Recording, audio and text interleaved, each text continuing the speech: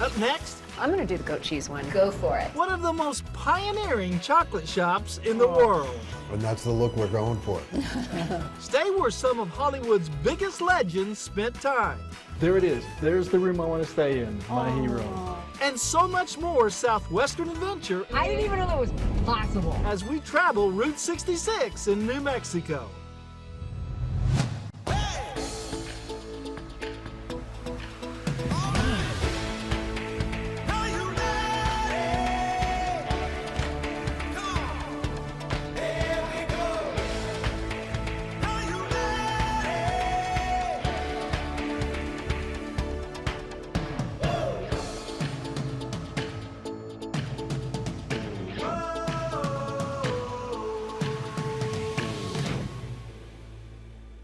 Welcome to Small Town Big Deal. I'm Rodney Miller. And I'm Jan Carl. As many of you know, we've been making our way down Route 66 from Chicago all the way to the Santa Monica Pier. And when you take this historic road trip, you get to experience the diversity that makes America the great country that it is. From the people, to the traditions, to the food, to the landscape. And right now we're in New Mexico, also called the Land of Enchantment.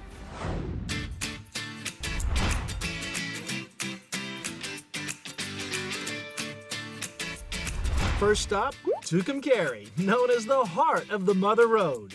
It is full of cool motels that have been preserved, where travelers get more of an authentic feel for what it's like to travel Route 66 in its heyday. Motel Safari, open since 1959, with its doo-wop architectural style, is one of those gems.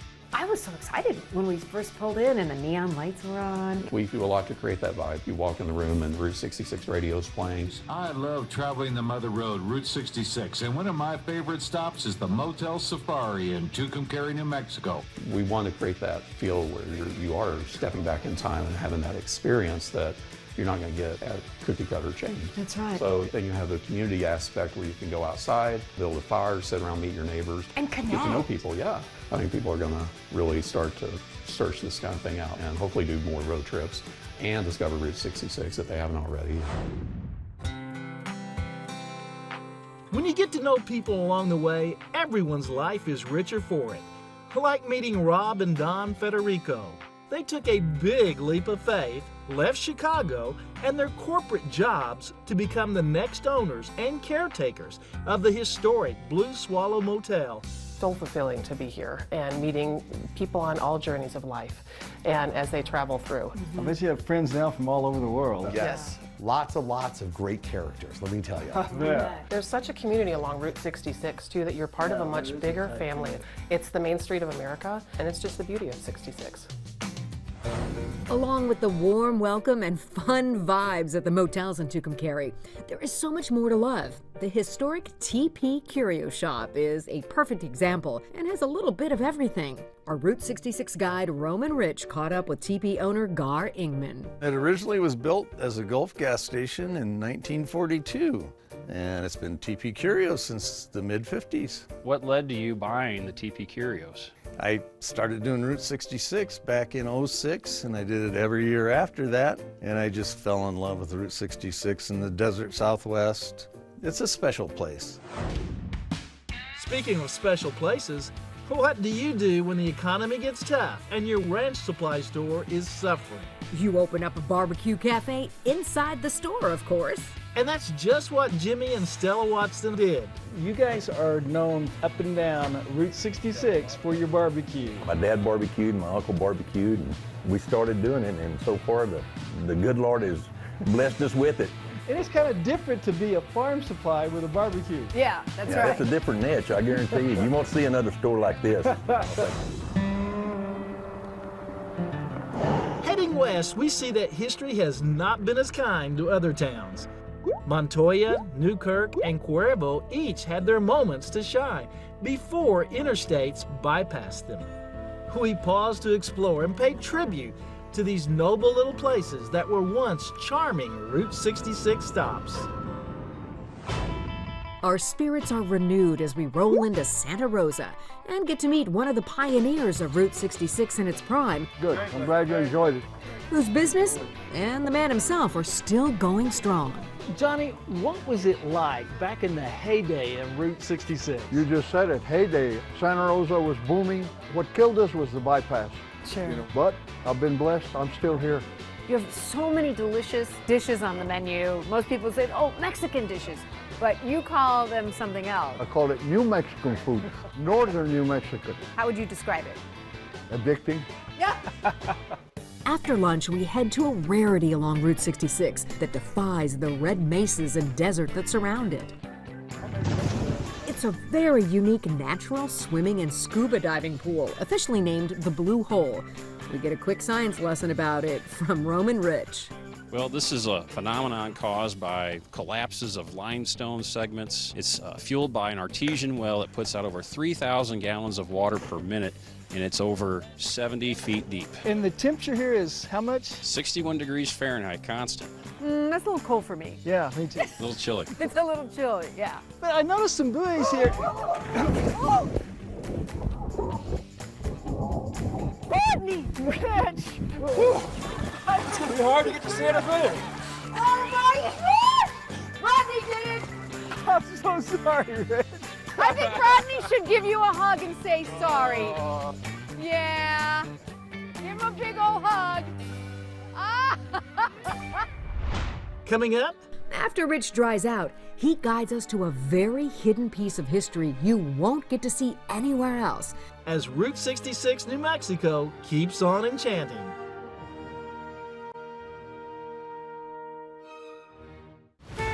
Welcome back to Small Town Big Deal as we travel down Route 66 in beautiful New Mexico. Its enchantment takes us off the off-ramp and into Romeroville, a place where layers of history have taken place. So, Rich, what you're showing us here, very few people have ever seen. Yeah, so what we have here is a multitude of trails that converge onto one another. You have the Santa Fe Trail. We have this retaining wall behind us of the National Old Trail Highway. That was built on top of the Santa Fe Trail. And then finally, what I feel the most important one is Route 66 on top of all of them. So it went from covered wagons to like Model Ts. That's right. To the cars of Route 66. Yeah, this corridor also has the modern interstate just a few hundred feet away. Right, just a stone's throw away. You have the complete evolution of mobilization, westward movement right here under our feet. So viewers, this is a real find here. You're just standing in the middle of history. I mean, it's unbridled, it's raw. This is the road that came down right here. Heading north, Santa Fe, the state capital of New Mexico, was part of Route 66 from 1926 to 1937. Then the route was shortened and bypassed the city. But the city is more famous as the western end of the Santa Fe Trail. That connected the vibrant Midwest and the Wild West, making it one of the nation's great routes of adventure and western expansion. A big part of the Route 66 journey is meeting the people who have been completely drawn to the towns along its path. That is the story of Tony and Bonnie Bennett and their Cacao Chocolate House. So how'd you guys end up here? Long story. We're both from the fashion business in New York. Fashion business to chocolatiers. Okay. We love chocolate, but totally by accident. It was one of those happy accidents, and it really took us from creating fun things with fashion to creating fun things with chocolate. Bonnie and Tony have offered to teach us how to make their special chocolates, but it is a long, multi-step process. Usually would take us 2 or 3 days to go through the full process. Whoa. But we've got our aprons ready. What do you think? So could we just be taste testers? Absolutely. Because I'm afraid that ours would look nothing like that. Rodney is reading my mind, straight to the eating. We're really good at eating. So which is each? Like this purplish one. What is So we that? use a lot of local ingredients, and that happens to be local prickly pear. So prickly pear is a cactus. Cherry chili, of course, featuring New Mexico red chili. The goat cheese and sage is our signature truffle. The horchata, it has canela, which is Mexican cinnamon. That's this one here? It's also my favorite. I'm gonna try this. All right. What are you going for? I'm going for the prickly pear. Prickly pear. Yeah. It's so beautiful, right? This one is this right here? That's the red chili caramel. What is this one? That is bourbon pecan. Okay, I'll try the bourbon. You go for it. That's good. I'm gonna do the goat cheese one. And that's the look we're going for. You guys are like magicians. You're like chocolate magicians. It's fun to have a little bit of creative culinary daring, if you will. I mean, wow. Sometimes we're polite. I'm not being polite. As we say, chocolate cheers. Oh, chocolate cheers. Yeah. It doesn't get much better than this. We're headed to another alignment of old Route 66, just east of Albuquerque. Here we find the magical Singing Highway. You heard me right. The rumble strips in the road play America the Beautiful. New Mexico's Route 66 president, Melissa Beasley, drove us over it.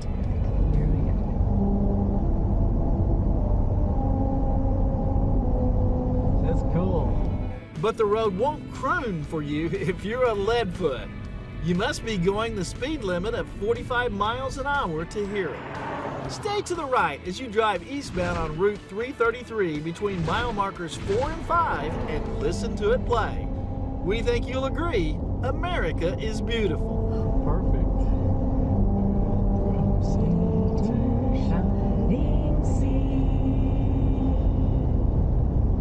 Wow. As we continue east, we find the town of Moriarty, where the popular Sunset Motel has been operated by the same family since 1959. That's when Elaine and Bill Pogue opened this iconic lodge on Route 66. The welcome mat is still out today. And a stone's throw away is the Whiting Brothers station. At its peak, they operated more than 100 gas stations.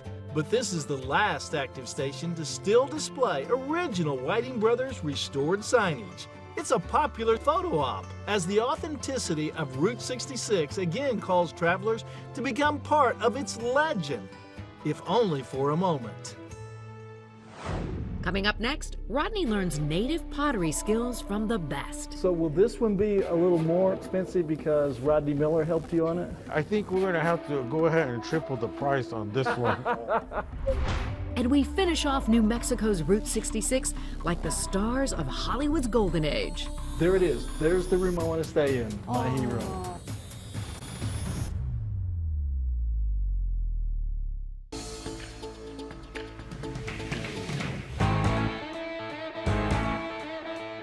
Welcome back to Small Town Big Deal, where our Route 66 New Mexico journey is taking us right through the middle of Albuquerque. A mix of vintage charm with modern culture.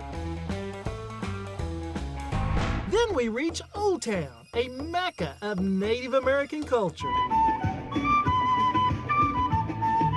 It has to come together at 900 degrees to turn this black. We meet up with Thomas Tenorio, a Kiowa Indian with traditional pottery skills that run deep in his blood. He sits down with Rodney to teach him a bit about his people and his pottery. So now you got that shape like you want it? Exactly. Now I'm gonna be using your coils. Okay. The ones I like. Which may not be many. You don't like these, do you? No, those are gonna work. My granddaughter used to do this for me, so I have to use it. So we're gonna have to use yours too. Okay, that's pretty funny. Rodney, it's like when I worked with my granddaughter. Where do some of your pots reside? Most of them are with people that love the art, because it's just got a unique look about Santo Domingo or Kiowa pottery.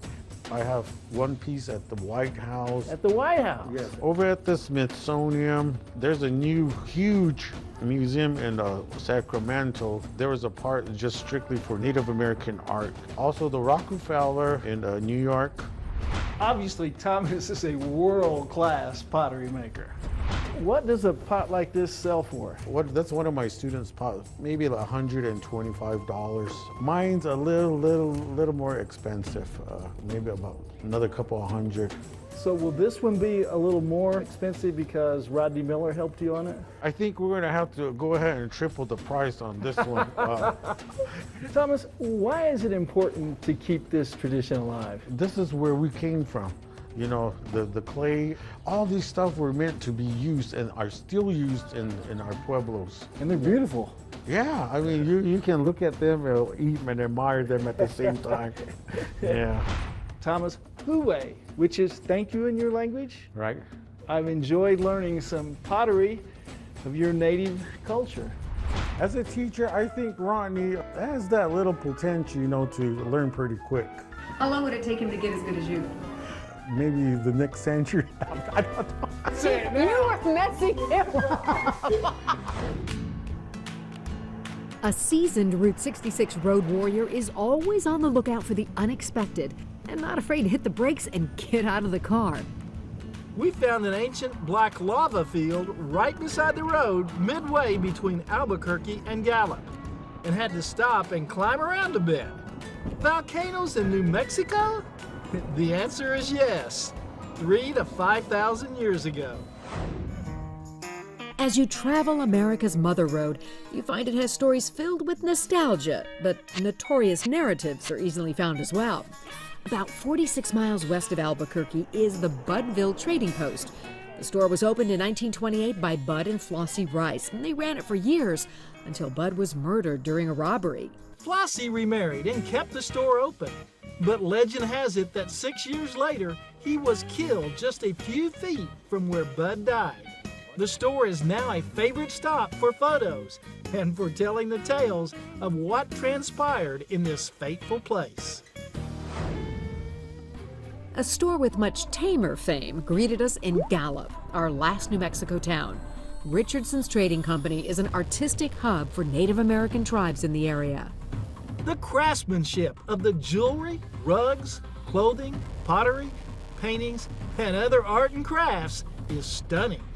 Since I have a couple of horses, when I saw a room full of used saddles, I was intrigued.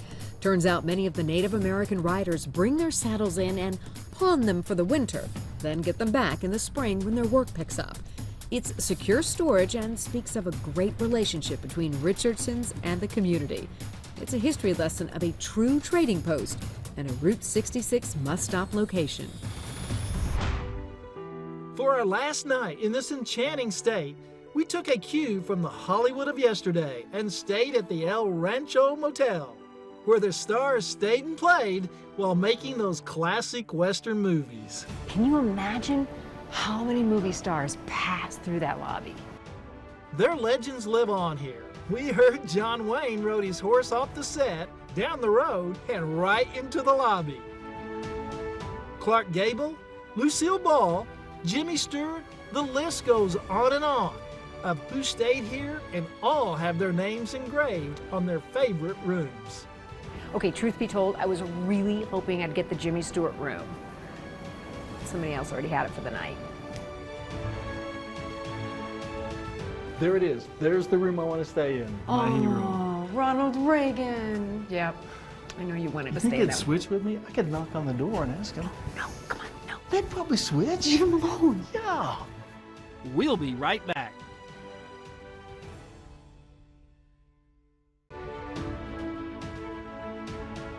We hope you've enjoyed this trip down Route 66 in New Mexico. You know, there was such variety here.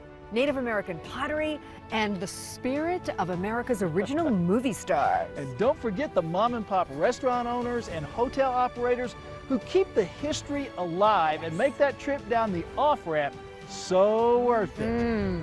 Next stop, Arizona. I'm Rodney Miller. And I'm Jan Carl. Join us again next week when once again we celebrate the great stories from across America.